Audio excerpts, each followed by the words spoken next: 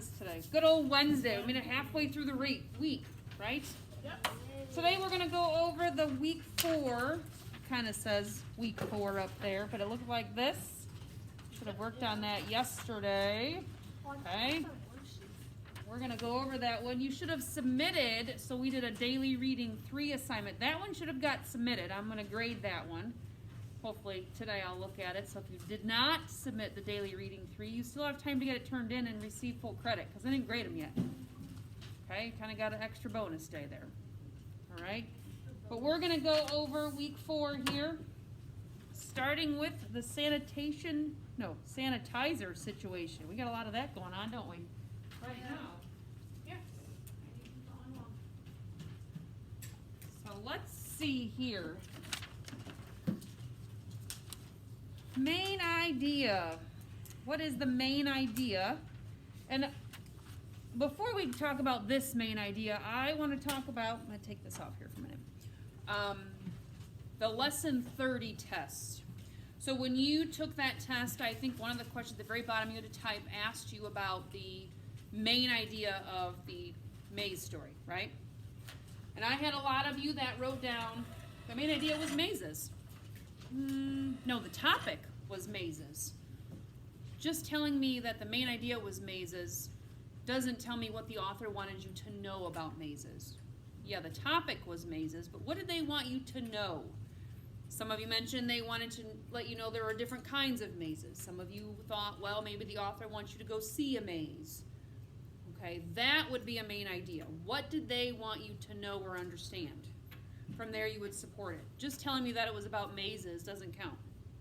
You're just restating the topic. So here, if I look at this particular story and I look just at the title, it says the sanitizer situation. Well, the topic is probably sanitizing, right? Or sanitization or cleanliness, something along those lines. Okay, until I read it, then I'm going to know more specifically what the main idea is. So what did you come up with for this one as far as main ideas go? John? It basically talks about how hand sanitizer is not the best way to kill germs. It's not? And you are correct, that is what it talks about, right? Which is exactly what it talks about. Hand sanitizer is a good alternative, right? If you don't have soap and water handy, this is telling you hand sanitizer is fine. Okay, and we've just spent the last year with lots of hand sanitizer, right? Telling you if you leave the grocery store, use your hand sanitizer. Once you've been done at the gas station or you go somewhere, hand sanitizer. Because I don't carry a sink and soap in my car, do I? No, but I can carry hand sanitizer. So that's what the main idea is. It's telling you that it's a good alternative to washing your hands most of the time. Okay? So ideas that support that. Supporting details. Josh? Although hand sanitizer has been proven to work like water and soap. What about it? Keep going. I need more than that.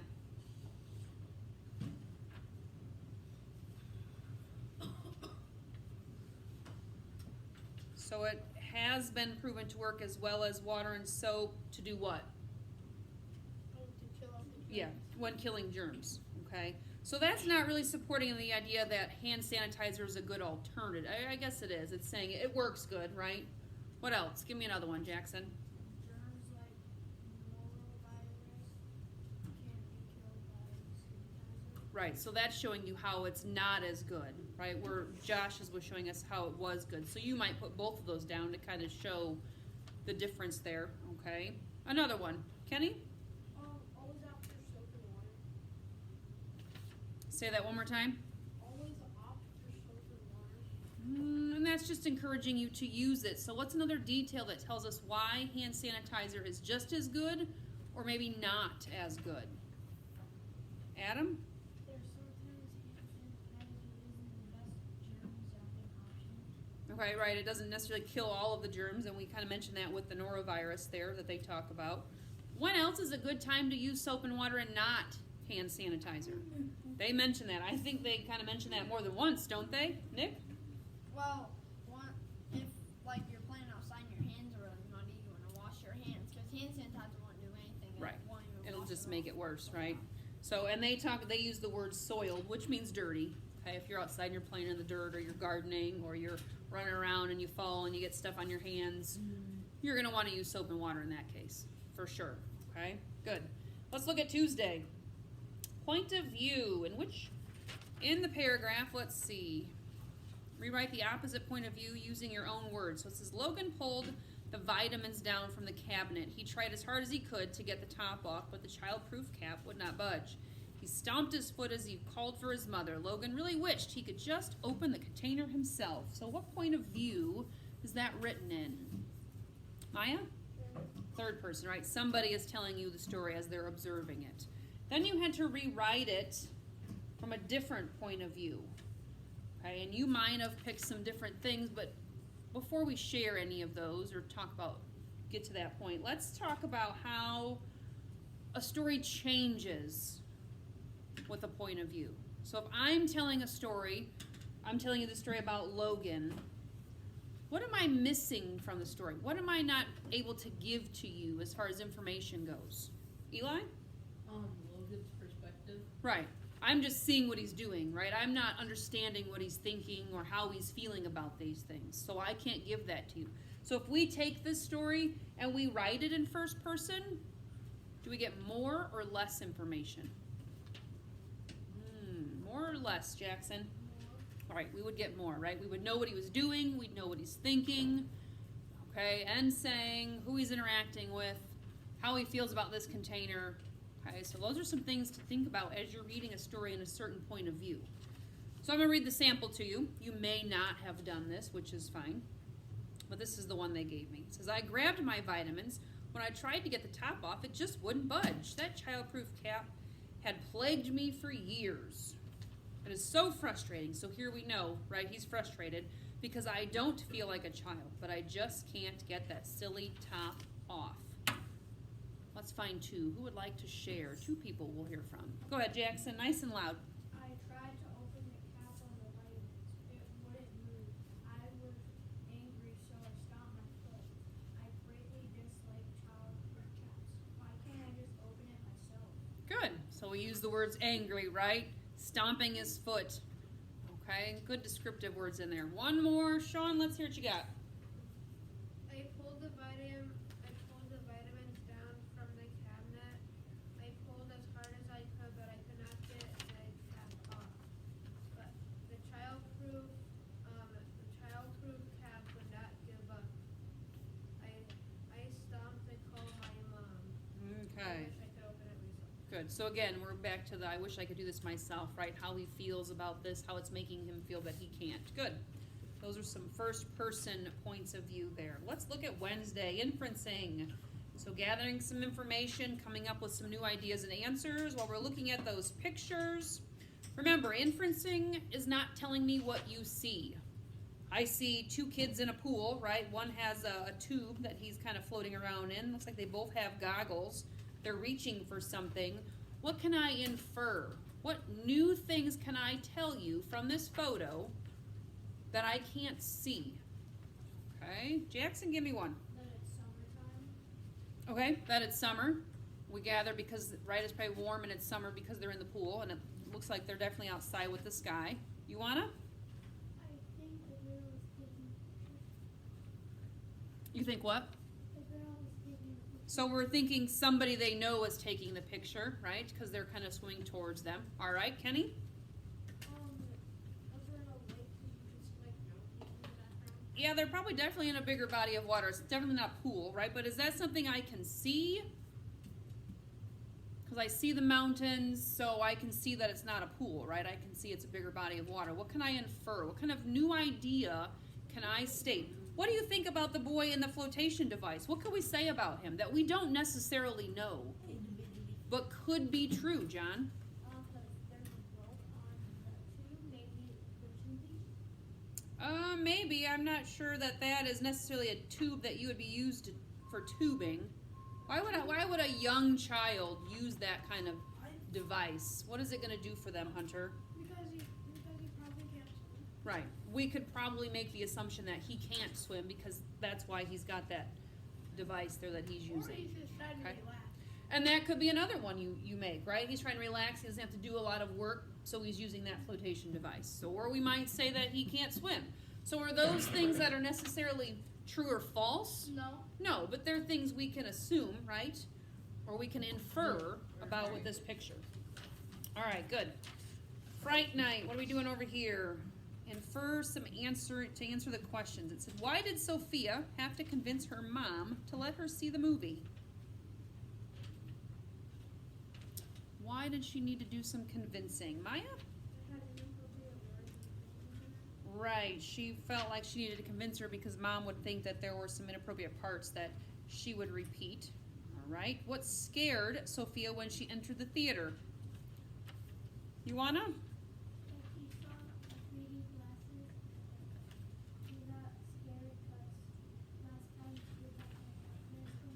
Okay, the 3D glasses, right, kind of startled her because she had nightmares previously. That's like my daughter does not like 3D movies at all. On the back we have Thursday. What's that?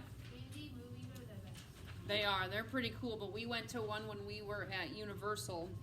Actually, I think it was a 4D movie, but she doesn't like the 3D movies either. Oh, What's For the 4D? Shrek one, and we sat down, we were watching it, and they go through like a cemetery at some point, and spiders fall like on the screen. Well, something falls from the seat in front of you and hits your leg to feel like a spider, and she lost it.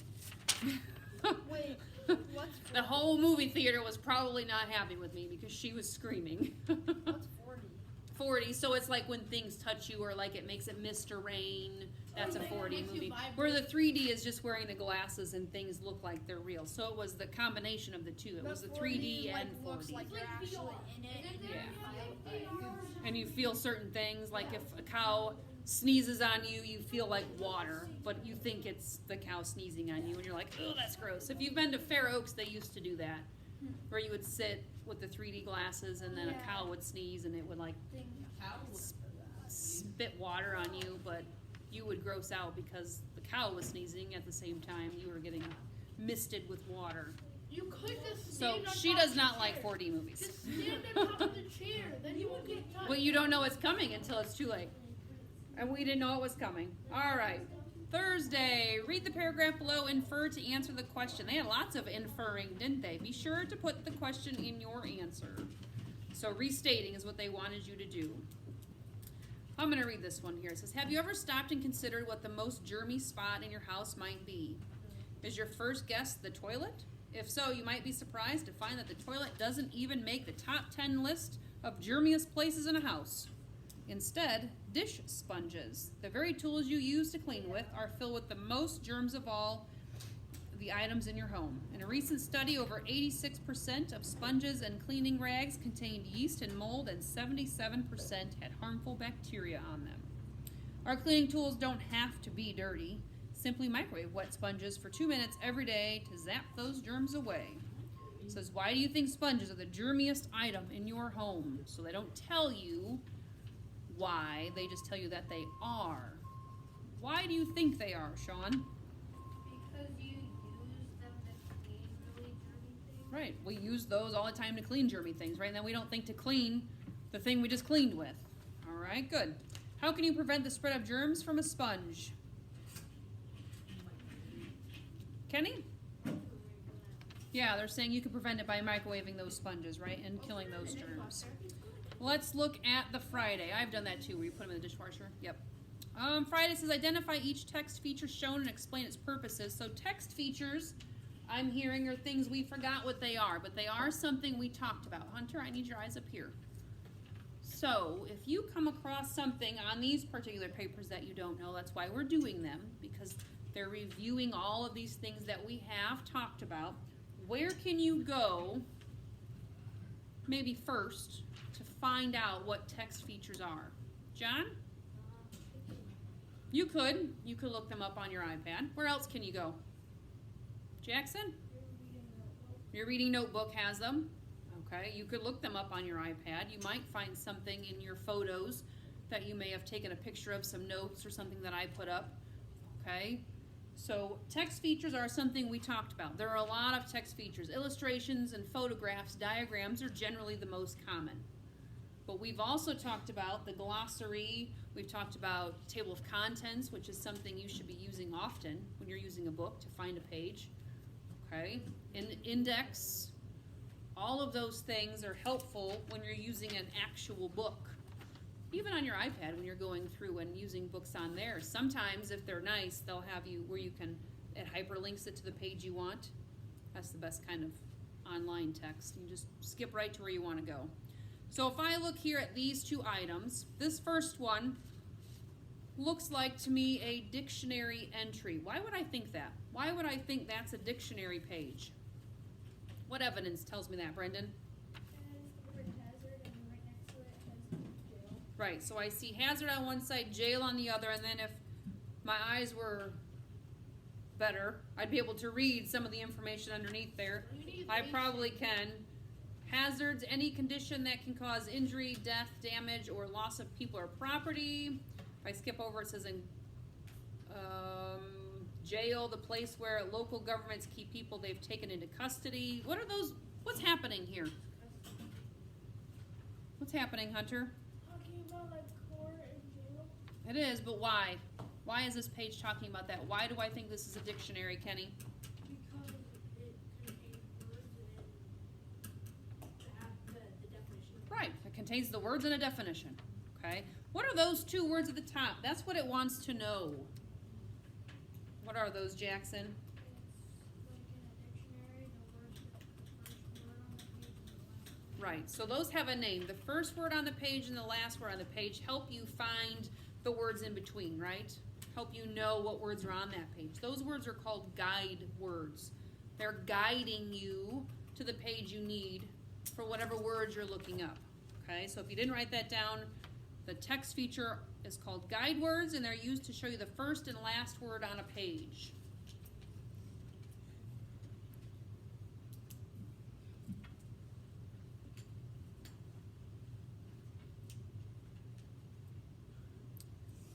All right, then we're going to look at this next one here. So as I look at those words, 911, aerosol, fine liquid or solid particles, suspended gas, arrest, arson, briefing, criminal. What might those be found in? Nick? Dictionary? They would be, but those words are very similar, right? I would find them all in a common text. So if it's a common subject-specific text, what do we call that, Nick? A glossary? A glossary. So glossary, like a dictionary, right, gives us definitions of words in a specific text. Right, like your social studies book or a science textbook, those have specific words, right? They don't have every word like a dictionary.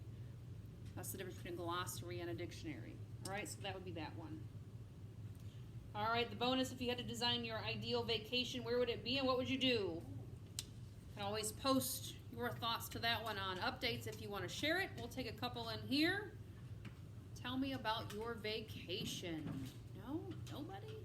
Hunter? I went to Grand Bear Resort. The what? Grand Bear Resort. Grand Bear Resort. Is that in Wisconsin Dells? Or is that somewhere else? It's in Indiana. Is it Indiana? Maybe southern Indiana? That sounds like fun. Water park, I'm assuming? Water park, hotel, hot tub, sauna, All kinds of stuff, huh? So that would be fun. arcade, How long would you stay for? 9 years. He'd stay for a long time. Josh, how about yours? I would stay on this island by myself just to relax. Oh, so what would you do? Would you take food? Would Yes, you? I would take food. Okay. I would take a boiler so that I could boil Something up to the cook the food seawater. with? Okay. And then and I would like bring, that I would idea. bring some entertainment. Okay, what would you consider entertainment? What would you take with? Now, if you're on an island by yourself, more than likely you're No not going to have power. Or probably like board games or something. Oh, games are good. You could do like card games, right? Solitaire, some different By board yourself? games. Sure. Yeah, you can modify and make his own games, right? I like that. Wyatt, how about you? I'll play Listening. Solar Good. Tennessee, because that's basically like my second home down there. Tennessee, so you like visiting? You've been there several times and you'd go back? Okay. Maybe a Maya? Well, one of them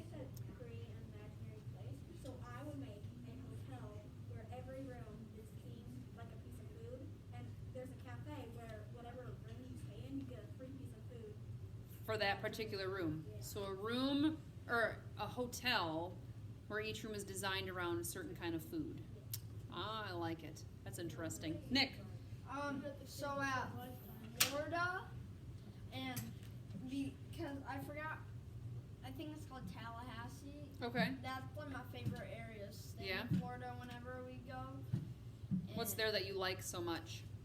Well, they have like I don't know what they're called. They're like little houses, and the favorite thing I like about them is they have little screen rooms with the screen. Okay, and you can go and it's outside right and by the sit, beach, and yeah. that's nice. Yep. Jackson? I would go and I would make it like a ginormous McDonald's play place. Okay. So bigger than you've ever seen, huh? Giant McDonald's play place. All right, Sean? I go to northern Michigan and stay in our cabin for like a Oh. long time. That would be good. I love that. Nice and relaxing again, huh? Yep. Riker? I would save up like $500,000, and then I'd buy like a big RV, Okay. Like a driving one? Yeah. Okay. Because I don't really want to live in a house. I want to live in a big RV because it's affordable and you can just Go drive wherever. anywhere. Yeah. I like that. That's what we like doing. Driving wherever. Yep. Last one, Kenny. Shh, we're listening. Eli. Go ahead. I'd go to Atlanta. Atlanta, what would you do there? First off, I'd see a Falcons game.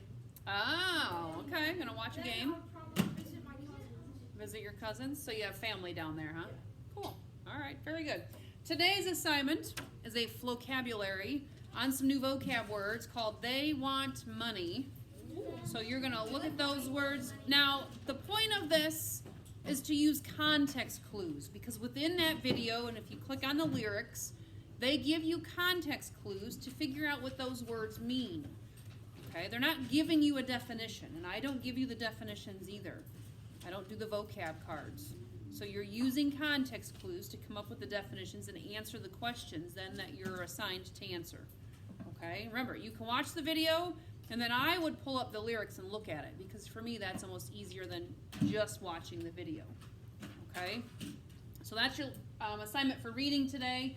The FloCab, it's called They Want Money. Social Studies, I'm not doing a video for that today. You're finishing up those MobyMax slides, and you're going to work on Virginia. You're not submitting the state of Virginia, but you're going to get that one done. You should have submitted the state of Minnesota. Oh yeah. Okay, and you should have 3 states then. Indiana, Minnesota, and Virginia should all be kept somewhere safe. Okay, that way you have those, and we can look at them later and use them for some different things. Okay? All right.